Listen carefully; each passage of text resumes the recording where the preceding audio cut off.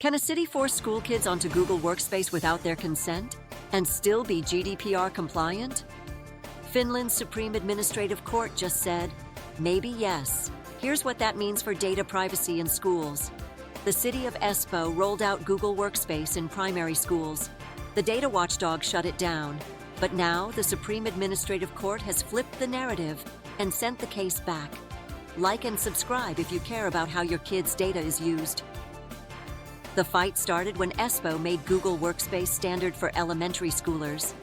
The city said, "We're just following our legal duty to provide education under Finland's Basic Education Act." They leaned on Article 6(1)(c) GDPR. That's the rule letting public bodies process data to meet legal obligations. But the Finnish DPA didn't buy it. They argued, just because you're teaching doesn't mean you have to use Google. The system scooped up massive data, some of it sensitive, and the city had little control over how Google processed it. Cue red flags, kids' data at school and at home, going to third-party servers, big concern. But then the High Court weighed in. On April 7th, Finland's Supreme Administrative Court stepped in and said, not so fast. Yes, schools must educate. And today, that includes digital literacy. The court ruled that Google Workspace could potentially be used lawfully under GDPR if it supports that mission. Importantly, the court didn't say Google's platform was perfect. But it did say the DPA and lower court got one key point wrong.